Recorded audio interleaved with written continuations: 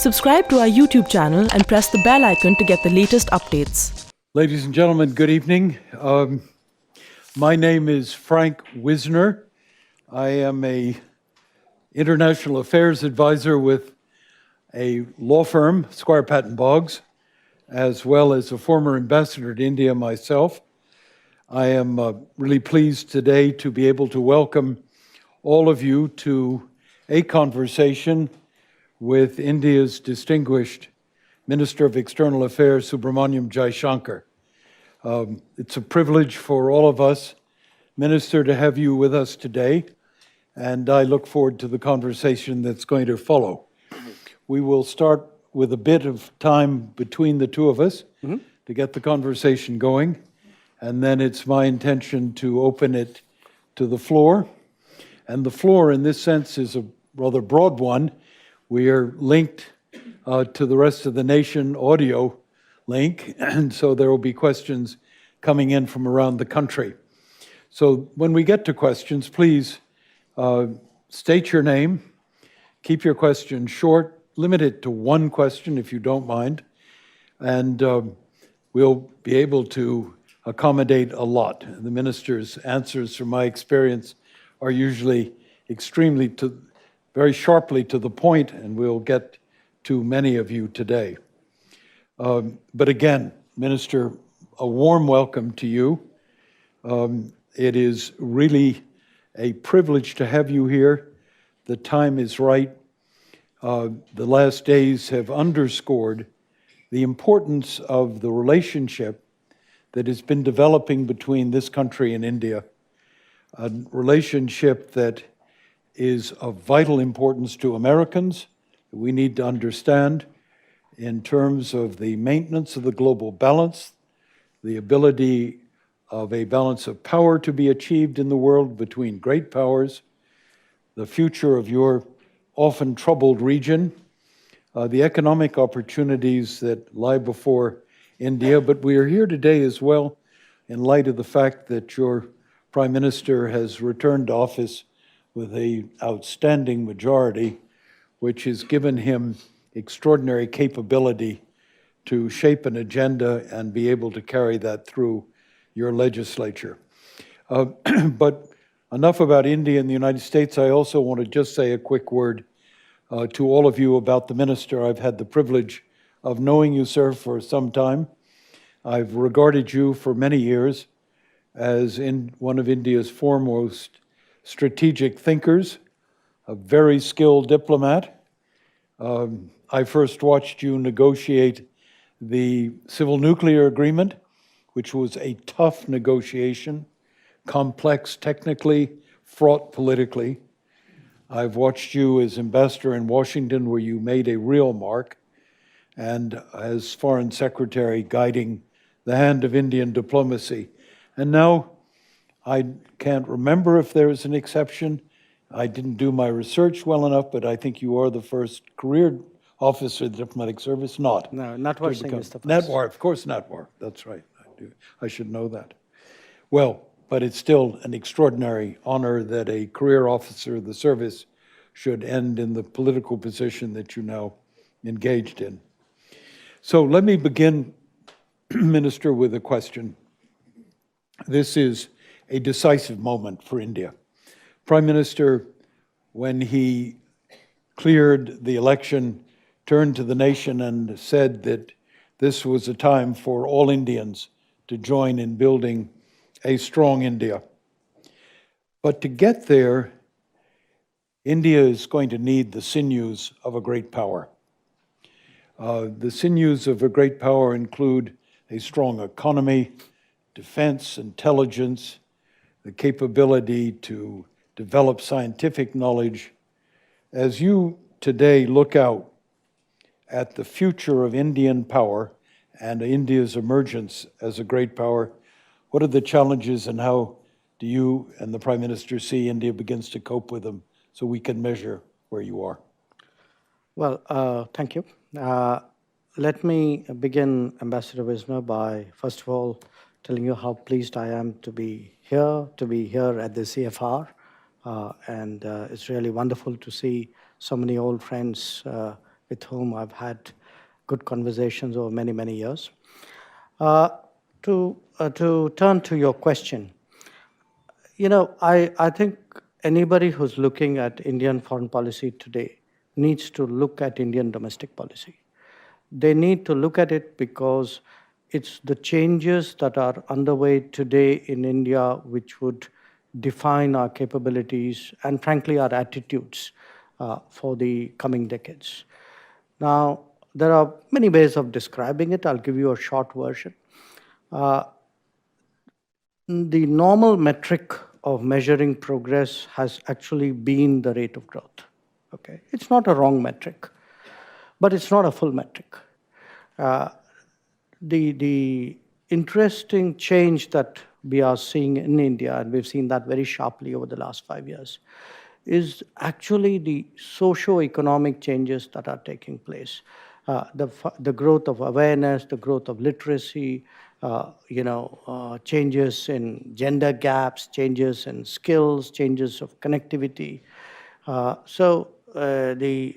India of 2019 is very different from the India of 2014. And part of the reason why in the elections, the ruling party led by the Prime Minister got not just a mandate, but actually got a substantially higher segment of votes. I mean, the numbers spoke a lot for what the population felt, was that the Prime Minister is still very much the symbol of credible change in the country. And credible change, which means people actually think something important, something discernible happened in those 5 years. And therefore, they continue to trust in that, trust in him as an agent of change in India. And the connection I'm making is that if in the next 5 years, we are very hopeful that there's a very visible change in the human development indices of India, that there's a change in what are really the bottom line requirements, that, if you can, to my mind, ensure universal health coverage, universal housing, universal literacy. I mean, these are the goals. And poverty elimination rather than alleviation.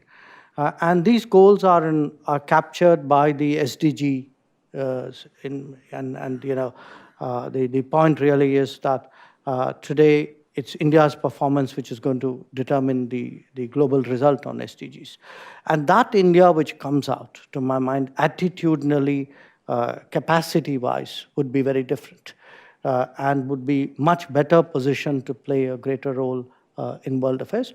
There will be some very unique developmental challenges because there are no set models, there are no precedents that India can follow in this path. I mean, India can't replicate China, India can't replicate Europe, so India will have to invent a development path for itself, which will be a kind of all of the above, kind of very mixed, complex developmental model.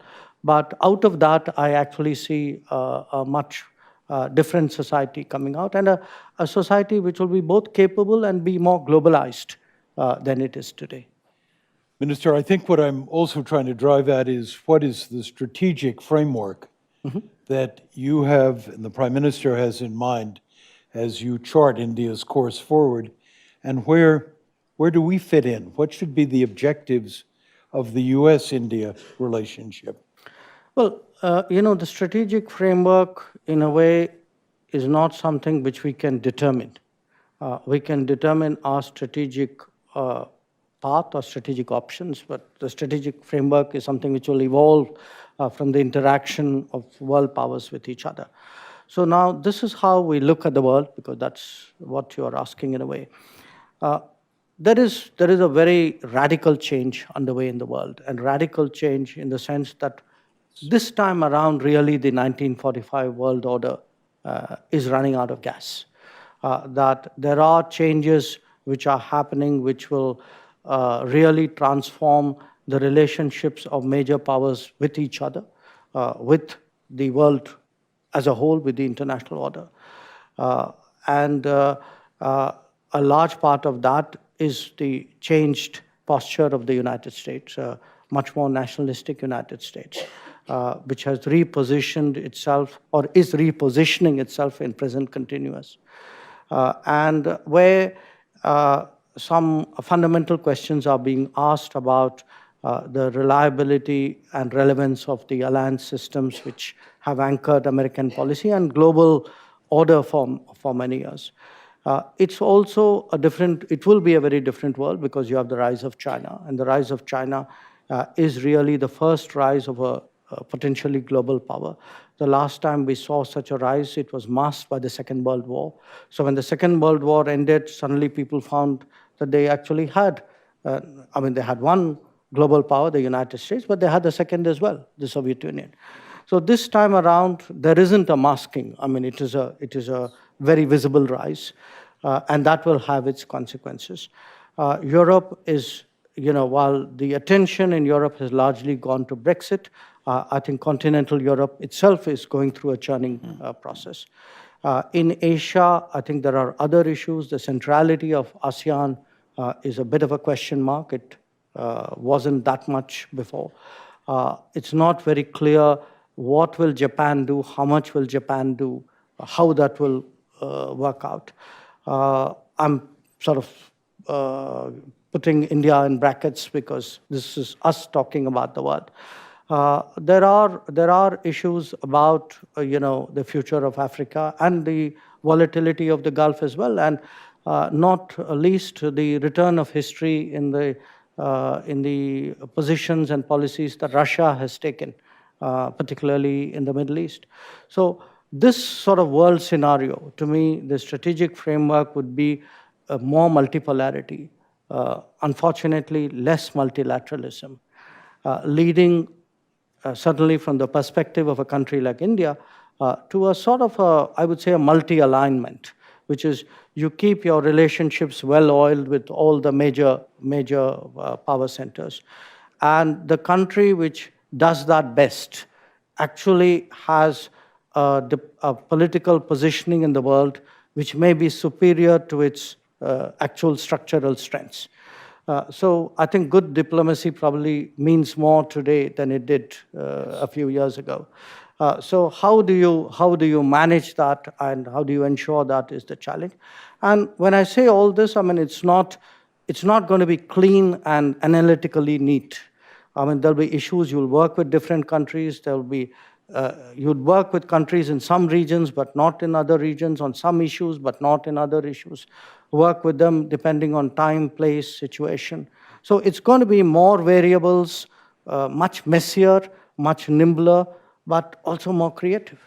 And for people of our profession, that's wonderful. Where do we fit in? Oh, it's a new business waiting to happen. But between the United States and India, what are your... Between the United States and India, look, I've seen the enormous change, and I remain optimistic that there can be, that this is really the beginning, and there's much more we can do. And I don't say that as sort of a feel-good statement. I really think that there are structural convergences between us. When I look at what would be the probable state of the world economy, the fact that we are moving to much more knowledge-based technologies and knowledge-based economy, for me, the relevance of each country to the other would grow. When I look at many of the big challenges, the challenges are similar, challenges of terrorism, maritime security, of truly global common connectivity. When I, see also the human element, our ability to talk to each other. I'm having this conversation with you. I'm not sure in how many capitals a similar conversation could be taking place.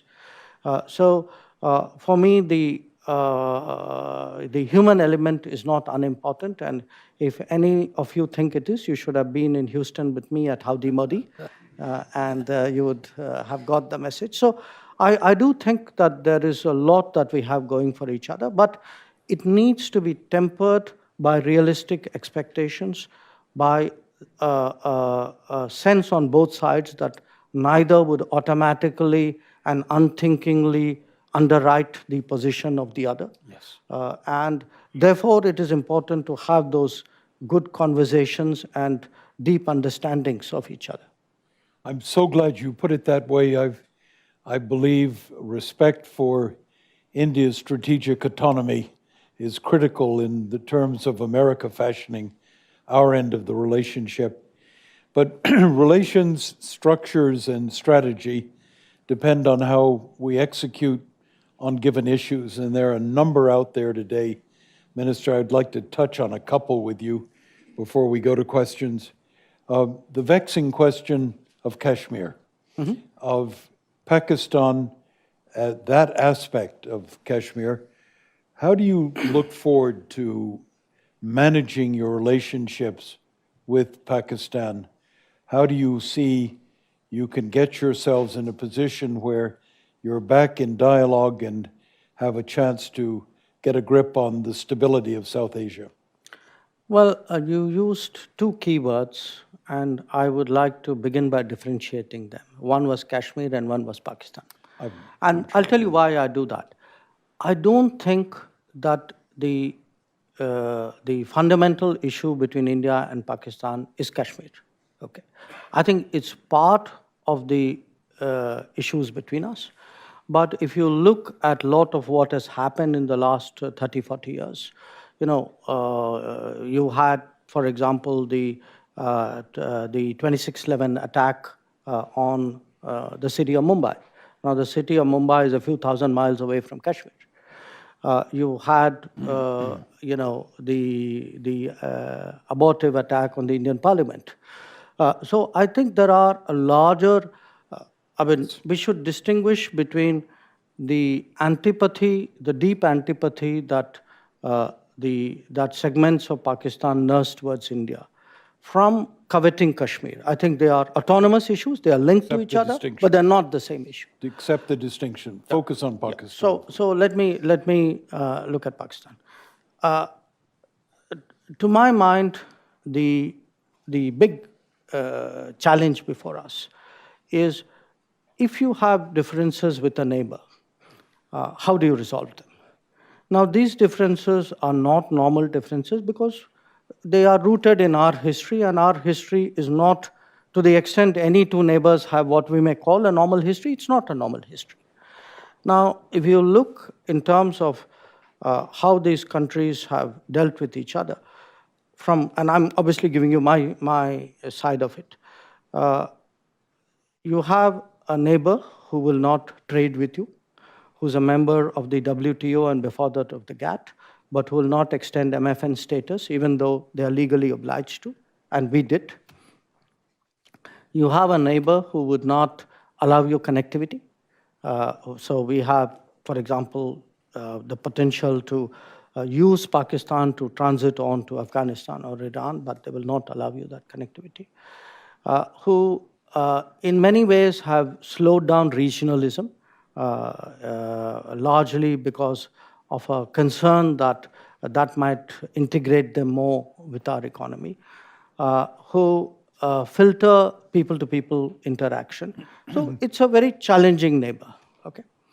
Now, all of that you could still handle if they then don't do the one thing which is actually unacceptable in the world today, which is to conduct terrorism as, in their eyes, a legitimate tool of statecraft, as a way of pressurizing you to come to the negotiating table. Now, it's not that it's never been done before in history, but it's not today acceptable as a sort of norm of international relations anymore. There's no part in the world, I mean, you have terrorism in different parts of the world, but there's no part of the world where a country uses it consciously, deliberately, as a large-scale industry against its neighbor. So for me, the issue is not, do you talk to them, don't you talk to them? Of course, I mean, everybody wants to talk to the neighbor. The issue is, how do I talk to a country that is conducting terrorism, and which frankly, I would say follows a policy of implausible deniability. That, they do it, they kind of pretend they don't do it, they know that that pretense is not serious, but yet they do it. So how do you address that? I think it's a huge challenge for us.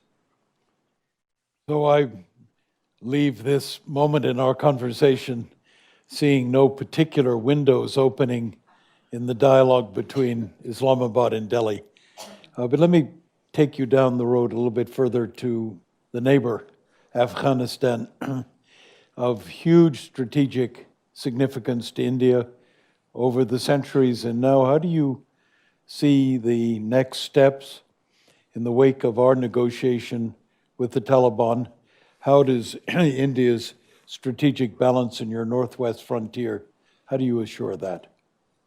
Well, look, at one level, we can understand the compulsions on the United States. I mean, the United States has had an 18-year military commitment in Afghanistan. And frankly, I can't think of any country other than the United States which is even capable of such a commitment.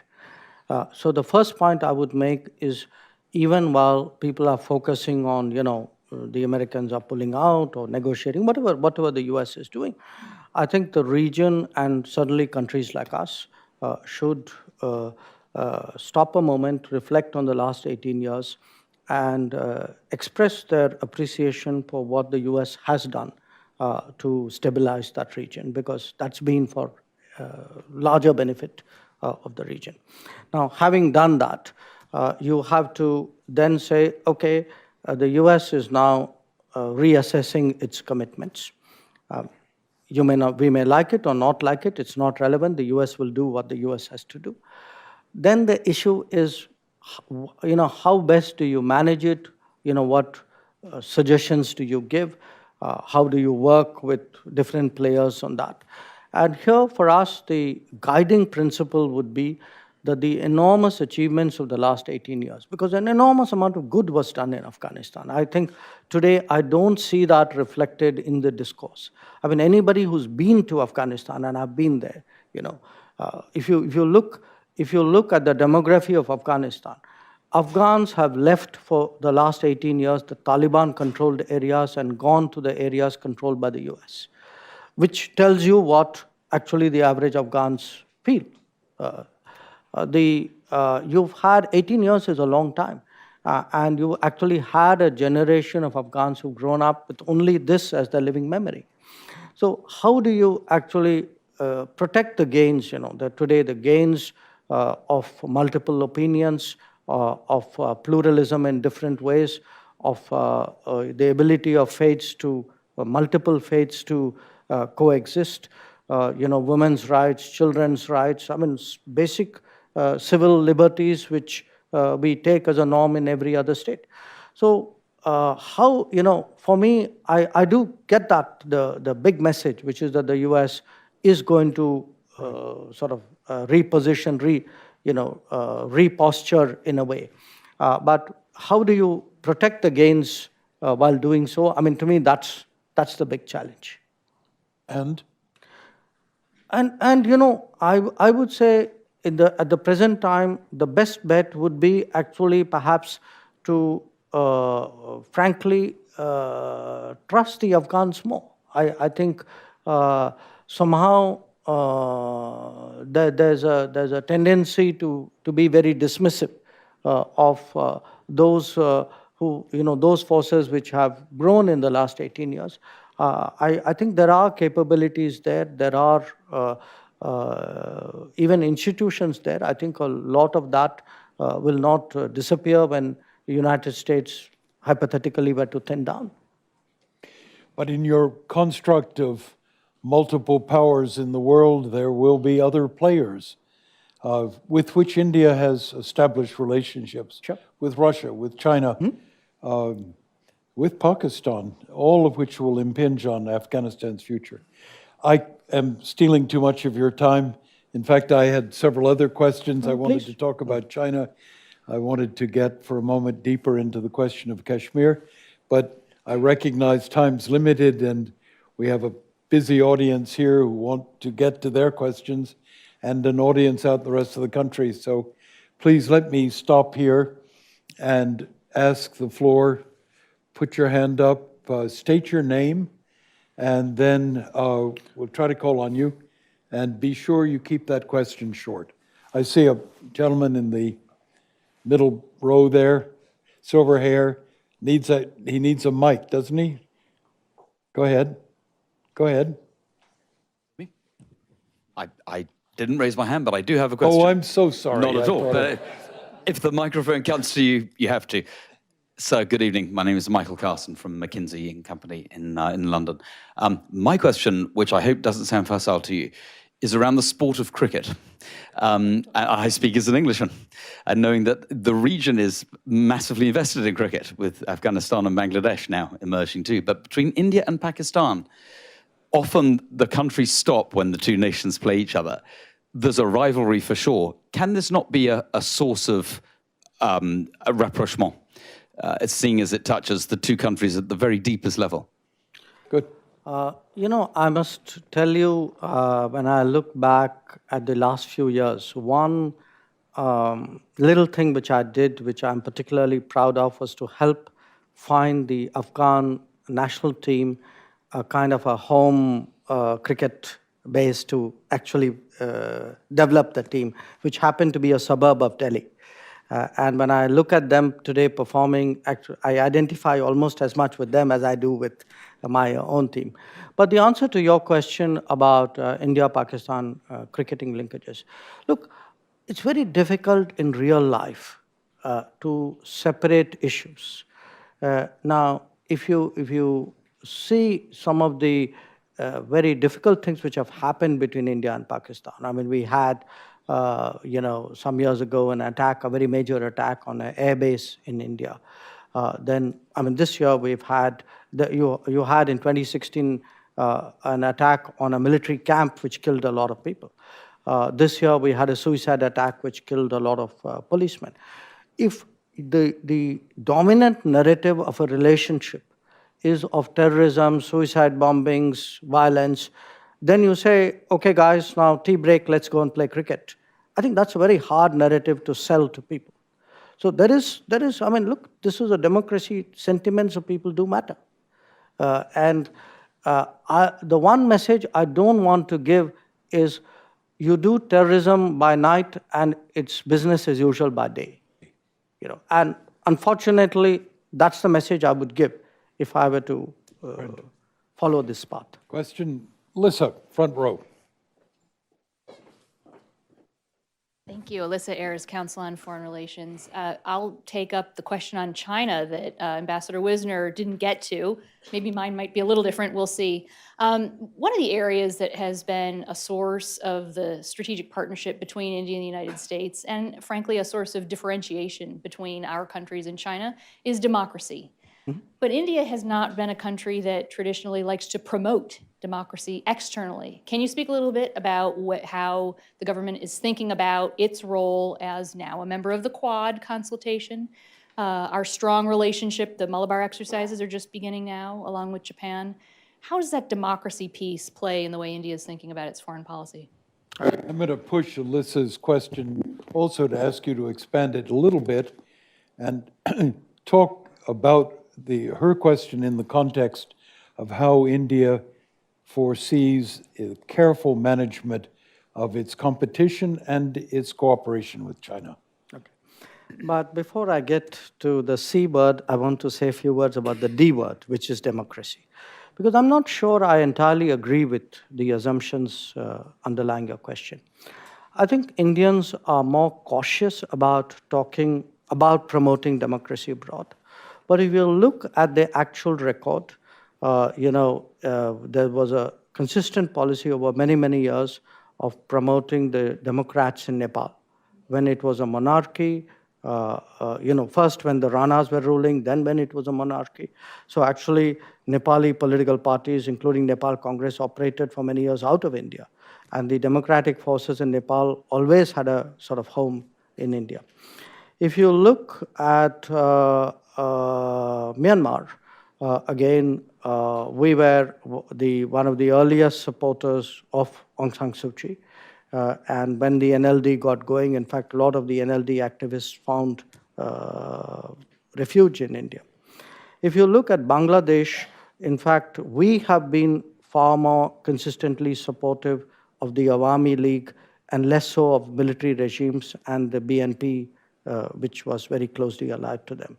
If you look at Sri Lanka, where the big challenge was less of democracy, but more of pluralism of ethnic identity, again, the absence of pluralism and the attempts to impose a very unitary culture was something which clearly was disapproved by India, and again, there was very practical consequences for that. Even in Pakistan, I mean, if you look at the democratic forces of Pakistan, I mean, the Bhutto family at one point of time, and Nawaz Sharif, I mean, these were people with whom there was very visible sympathy where India is concerned. I think, so my first point would be that actually we don't kind of wear it on our sleeve, but like any country, if there are things you believe in, you are comfortable with other people in those societies who have similar thoughts.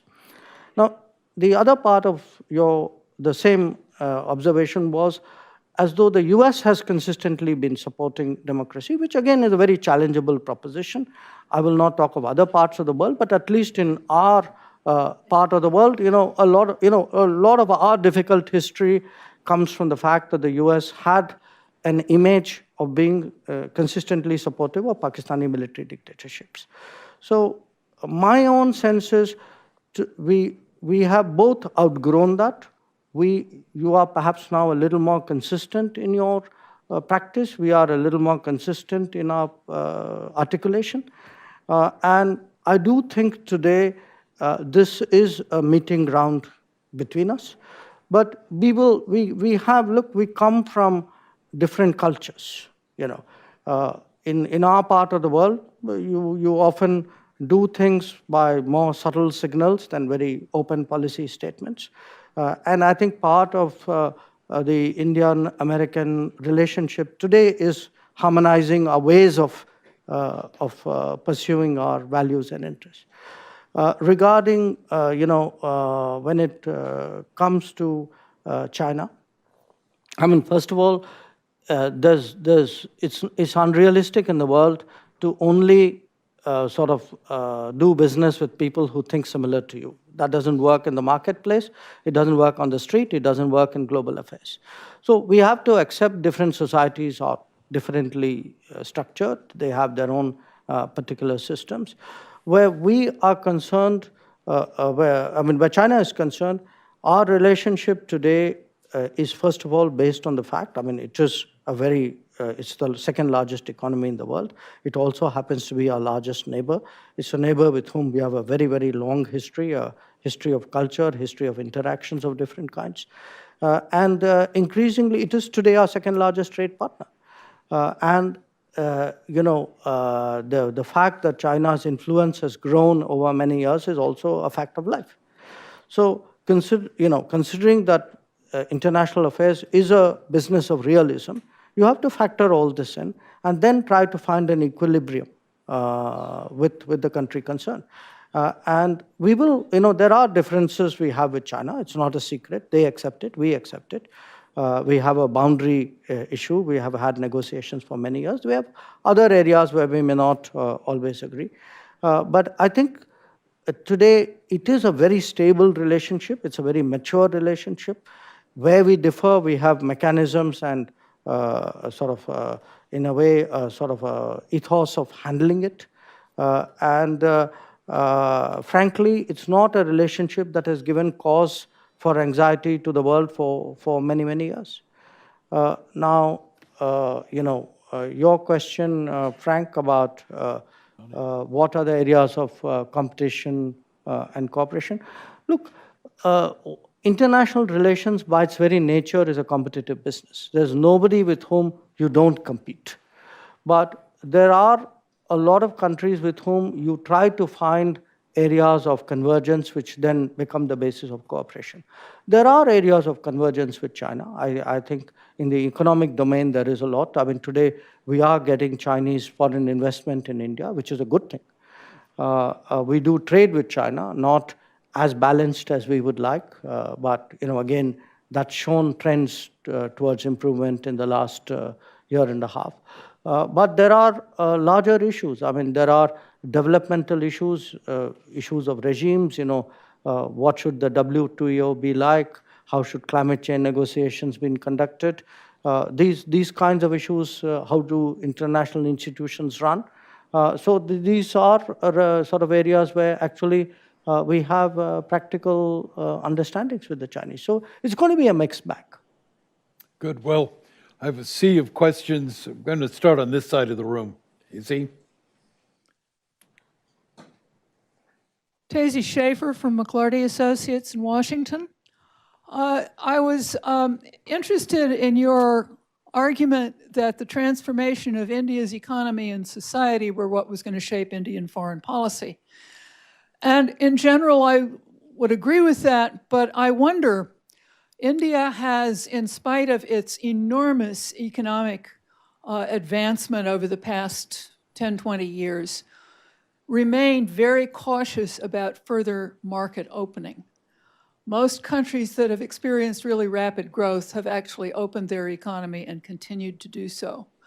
I wonder what it will take in India's democratic society to get more constituencies on board for a more open economy, or whether this is going to be either a stumbling block or an area where India lucks out and nobody's done it yet.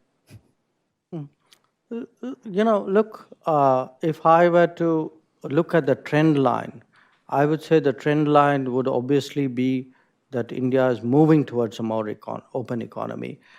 India is a more open economy in 2019 than it was in 2009, and more in 2009 than it was in 99. And so if you take 92 as a sort of a bottom line, I think there's a fairly clear direction in which we are going.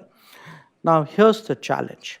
Some of the areas, now, first of all, I'm not disputing the underlying assumption. If you ask me, should we be opening up more? My answer to you would be a yes, but it would be a qualified yes. Because when you open up an economy, you've got to be a little careful exactly which sectors you are and what the consequences of that would be. There would be sectors where, let us say, the employment, the sector affected would be, small farmers, marginal subsistence farmers. And you are dealing with countries, US or Europe, where there's heavy subsidy of agricultural production, which is commercialized, industrialized in many ways. And it's therefore a very uneven competition in a way. So you weigh your sort of pluses and minuses, and we are not unique in doing that. I mean, the United States, which is in a much more secure position, after all, has so many constituencies when it comes to opening up the American economy. And look, ask the Japanese, what are the constituencies they have? We won't even talk about, say, a country like China. So the fact that there are constituencies which would caution against opening is a universal situation. So I think that needs to be recognized, but at the same time, I would say at the moment, the strongest prospect of further opening up appears to lie in the RCEP negotiations. RCEP is a free trade agreement which we are doing with the ASEAN, Japan, China, Korea, Australia, New Zealand.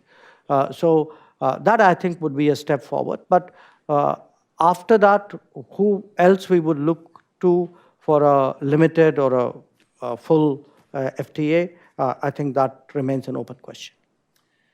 Minister, one of those members of the council who's been listening in wanted to ask me to bring you back a step to the question on Pakistan. Shireen Tarkheli asks, given today's situation, are India and Pakistan permanent enemies?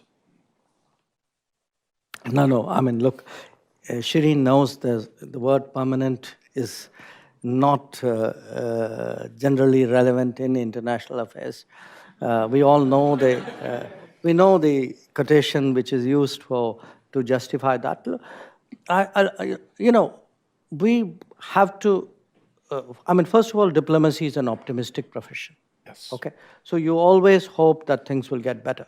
You don't begin your business by saying it's a terrible day and I've got nothing. Then you have nothing to do. Secondly, I'm a neighbor. Okay, and no neighbor can ever give up on a neighbor. So I'm not pessimistic, but I'm realistic about diagnosing the problem that I have. And my own sense is, the Pakistanis need to change position, not for us. They need to change it for themselves. You look at the state of Pakistan and what it has done to itself in the last 30 or 40 years. So I think their own, I used to be concerned about Pakistan, I still am, but I'm now concerned for Pakistan as well. So I do think that their own self-interest mandates that they take a different tack when it comes to terrorism. Good. Madam.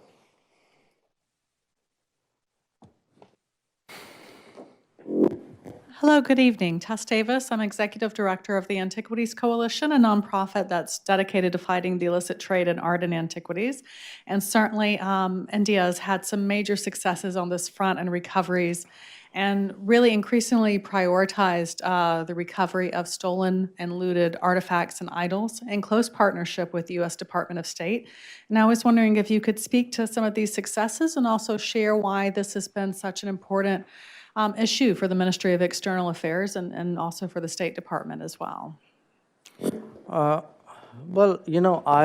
can remember a few of these successes because often you would get the return of an artifact when, something special was going on, like a prime minister's visit. So it tends to stick in your mind. And I've seen that in the US, I've seen that in Germany. I know there was one in Australia. So it's something which has happened quite regularly. And I think the difference is, frankly, we have pursued these cases far more vigorously than we did before. I think it's important today that we don't allow this illegal trade in artifacts. It's frankly part of what I would, from a sort of a political science perspective, you talk of rebalancing of the world. But the rebalancing of the world is not just in economic terms and political terms. I think, to me, cultural rebalancing is equally important. Not stealing other people's artifacts is part of cultural rebalancing. So I wish a lot of museums would give it serious consideration. I think it's also, we need far more, more multiple narratives in a way. I'm sort of making a jump here, but for me, something like global yoga, celebrations. I find it very interesting because yoga has localized in many ways, and yet remains Indian, but it's localized and it's global. And the fact that it has achieved today the kind of it's pervasive, but it's achieved a sort of a prominence which it didn't have earlier. That to me is an example of how actually that cultural rebalancing is slowly happening in the world, and certainly the return of artifacts would be another one. Good. Minister, there are many questions, but I don't want the evening to close out without making certain we go back to August 5 of this year and the decision of your government to bring an end to Article 370 and take full responsibility for the erstwhile state of Jammu and Kashmir. What I'd like to drive at, or ask you to explain to us, is what is the strategy now of your government to restore a degree of normalcy in the territory, to rebuild confidence, to reestablish civil, political rights? How do you move forward from where you've been to where you'd like to be? How do we get there? Okay. To answer that question, I'd like to explain to you what was the thought process behind August 5, because that would then answer a lot of what you asked me. Now, the thought process was this. I think many of you who know Indian history will recall that there were about 600 odd princely states at the time of independence who were given a choice of joining India or Pakistan, and most of them made up their minds. One which held out in indecision at that point of time was the state of Jammu and Kashmir. And at that time, Pakistan tried to force the issue by really invading Kashmir. And that decision went the other way, which was Jammu and Kashmir decided to join India instead of Pakistan. Now, the first point which I'd like you to recall is all the states joined the Indian Union in exactly the same terms of conditions. That they actually had a form. I have a picture of the accession, instrument of accession that the Maharaja of Kashmir signed. All of them had a form. The blank parts of the form were the name of the state, the name of the ruler, the date of accession. Otherwise, it was exactly the same. Now, initially when they joined, all of them agreed that they would cede to the Union the rights, the powers on foreign affairs, defense, and communications. And then as the Indian Constitution came into being, the idea was that they would, each one of them, accede to the Constitution in question. And they were participants in the Constitution-making process. So as they acceded, they sent delegates in. So it was like a Philadelphia Convention where, people then sent their delegates as the convention progressed. And Jammu and Kashmir also sent their delegates. Now, the situation in Jammu and Kashmir was peculiar for a number of reasons, and one of them was the fact, of course, that they were a border state, but also that they were themselves under attack at that time. So they had a desire to extend the period of alignment with the rest of India in terms of, the application of laws. The Constituent Assembly recognized that they were a very special case at that point of time. But there was then a big debate. So which parts of the Constitution do you accept, and at what length of time would that take place? So this was not a simple decision. There was a lot of negotiation on it. There's a lot of correspondence on it. All of this is actually archival material today. Now, to cut a long story short, what happened at that time was that to accommodate them, the only temporary article of the Constitution was drafted. Okay, I underline this, the only temporary article. This was what today we call Article 370. At that point, it was numbered Article 306A. Now, immediately after that article the Constitution was adopted, you had a series of presidential proclamations under that article, which started aligning the state. Okay. In the last 70 years, you had 54 of these presidential proclamations. But here's what went wrong. The presidential proclamations were very rapid in the initial years, but as there was a climate of intimidation and separatism in Kashmir, they started to dry up.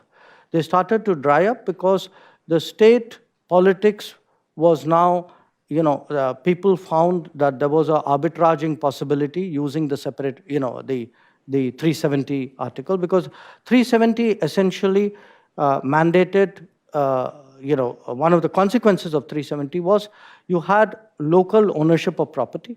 You had, which was a provision of, another provision of the Constitution called 35A. And there were restrictions in many ways of what would be normal economic activity in the state. Over a period of time, you had really three consequences. Number one, you didn't have the economic activity and economic energy in Kashmir, in Jammu and Kashmir, that you had in the rest of India, which meant less jobs, less job opportunities, more sense of alienation, a sense of separatism, and therefore a climate for terrorism from across the border. The second was that the state was, in socio-economic terms, increasingly less aligned with India.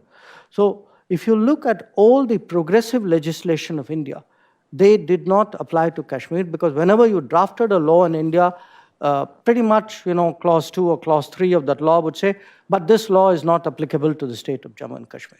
So what you had was, you didn't have right to work, you didn't have right to education, you didn't have right to information, you did not have affirmative action, you did not have the law against domestic violence, you didn't have law on representation of women in local bodies, you didn't have equal property laws between men and women, you didn't have juvenile protection law. So I can cite to you at least about 100 important laws which did not apply to Jammu and Kashmir. Now, one was a political consequence, the economic consequence, the second was a social consequence. But 1 and 2 really led to 3, and that was a political consequence. Because what all of this it did was, it allowed really a sort of a narrow elite to arbitrage this 370, to monopolize political power, to create a sort of a closed loop politics. And they had a vested interest in keeping alive separatist sentiment. And you had actually a situation where separatist political parties were openly allied with terrorist groups operating out of Pakistan. Now, here's the choice which the government faced. When we came back to power this May and did a Kashmir review, there were 2 choices. One was, you had a set of policies which were on the books for 70 years, but for the last 40 years, they were visibly not working. And by the way, when I say visibly not working, that meant in the last 30 years, 42,000 people got killed. The fact that the level of intimidation had reached a height where you had senior police officers lynched on the streets of Srinagar, you had journalists who wrote against separatism who were assassinated, you had military personnel returning home for Eid who were kidnapped and killed. So, pre-August 5, please remember this, pre-August 5, Kashmir was in a mess. I mean, the difficulties in Kashmir have not started on August 5. August 5 is supposed to be a way of dealing with those difficulties. So the choices were either you continue what was clearly not working, or you tried something very different. And I think the decision was to try something very different. So our expectation today is, by doing away with what was a temporary provision, what was meant as a bridge but became a barrier, that we will be able to push investments, economic activities into Kashmir, that we will be able to, frankly, change the economic landscape, change the social landscape. Now, we realize it's not a easy exercise, because there are deep vested interests which will resist it. So when we do this transition, our first concern was that there would be violence, that there would be demonstrations, terrorists would use those demonstrations. And we had the experience of 2016, when there was a self-advertised terrorist cult figure who was killed, a gentleman called Burhan Wani. And after that, there was a spike in violence, and about 50 plus people lost their lives. So the intention was manage this transition situation without loss of life. What the restrictions which came about gathering of people, about communication, these were intended to prevent that. Now, as the situation stabilizes, I think a lot of those restrictions would be rolled back. Already landlines are reconnected. My understanding is that the mobile towers have started to be switched on, that the schools are open, the economic activity has picked up. A particular effort is being made to keep the supplies at normal in the state, so there's no shortage of food or medicine or supplies. This is harvest season for apples, so again, a particular effort is being made to procure apples so that the farmers don't feel that they've been victimized by these changes. But having said that, for us, the primary concern would be to prevent loss of life. And if I were to put the temporary suspension of internet on one side of the scale and permanent loss of life on the other, I know which side I would go. Well, I think You've sensed, since you've been here, a very high degree of concern, not that the United States or public opinion in the world has agency. The responsibility lies with India to achieve the goals that you've set out tonight, and we all wish Kashmiris well and you well in refinding stability in that state, building a different future. But lots of other questions. On the edge, a gentleman with glasses, hand up, sitting. Yes, sir, you. Stephen Blank, you described many positive changes in India. One change many feel is more worrisome, and that is the erosion of the constitutional commitment to a secular state and the rise of a very politicized Hindu nationalism. Can you comment on this, please? Look, I don't agree with your analysis and the question which flows from it. I would put it differently. I think that what we have seen after 70 odd years of independence is actually the results of the democratization of India.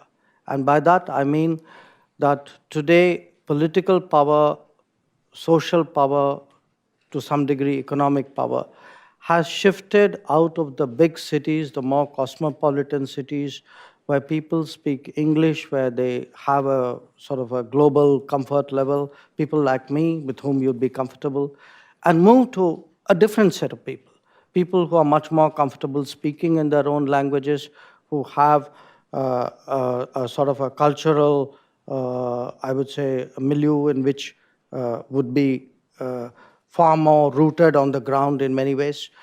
So, to my mind, the changes which have happened in India are actually the demonstrate the successes of of democracy and what it has meant in terms of the consequences on the ground.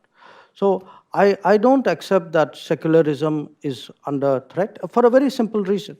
Look, at the end of the day, secularism was not promoted by a law or by a constitutional belief. It was promoted by the ethos of the society. So, if the ethos of the society was not secular, no law, no constitutional provision would have ensured it. And I don't think the ethos of the society has changed, because I think the ethos of India and the Hindu ethos of India is actually very secular. It's very pluralistic. Yes. Minister, I fear we're running to the end. We have time for perhaps one more question, Sarah.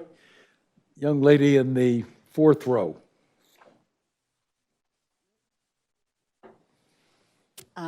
Diana Lady Dugan, CSIS, and also a number of other things, including just having done a film on the first woman Sharia judge in the Middle East.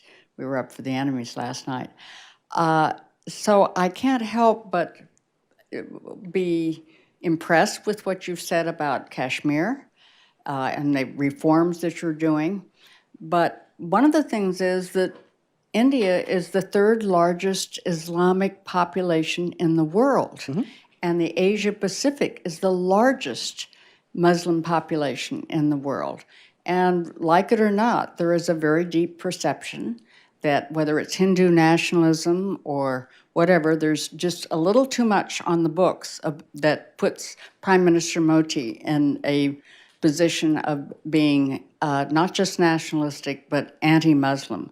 So my question to you, without defending the premises or lack of validity of the premises, what do you see India's role is going to be going forward in dealing with the issues of Islam globally?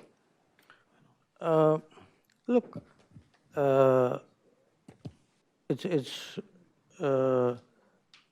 I don't know if you know, there's a national organization of great influence and recognition weight in India called the Jamaat Ulema-e-Hind. They've just had their annual meeting, and they have spoken up very clearly in favor of the changes which are envisaged in Kashmir. I don't think, I mean, my first response to you would be, I would not agree that the Kashmir issue should be seen through a communal lens, okay? My second observation would be that if you look today at the changes in India, I mean, probably the word which captures it best for me is, India is modernizing in a very interesting way, and it's not necessarily state-driven, okay? I mean, to me, anything the state does is overshadowed by what the smartphone does. I mean, if you look today, the moment people have money, the first thing they do, I mean, when I had money, I first dreamt of buying a car. Someone today who's 16, 17, 18 would think of getting a phone and improving the phone. So, you are seeing a more urbanizing society. In that sense, society which is interestingly more meritocratic. The social gains are spreading, but at the same time, it's also mixing up. There's a lot of internal mobility, which wasn't there before. So I would actually predict to you that you would have a society increasingly where traditional identities matter less than they did in the past. In terms of, how do we approach the Indian state or the political party, the ruling political party? Look, today, if there's one area where we can boast of visibly good relations, particularly in the last 5 years, that would be the Gulf. And the dominant faith in the Gulf. I think they see it because there is an objectivity about them and a sort of, they don't have vested interest in what is essentially an Indian domestic discourse. So I would not be comfortable with the view that somewhere we are headed for some kind of collision with the Muslim community globally. I don't think that is the case. I think, Diana, if you'll forgive me, we have to bring the session to a close. I want to thank everyone for coming and being part of this tonight. Minister, and particularly to thank you. You've given us a sense of the structure of India's foreign policy to which this country is privileged to relate and will have to relate in the years ahead, and you've given us some very sharp insights into the domestic nature of India. So thank you on behalf of all of us. Appreciate it. Thank you.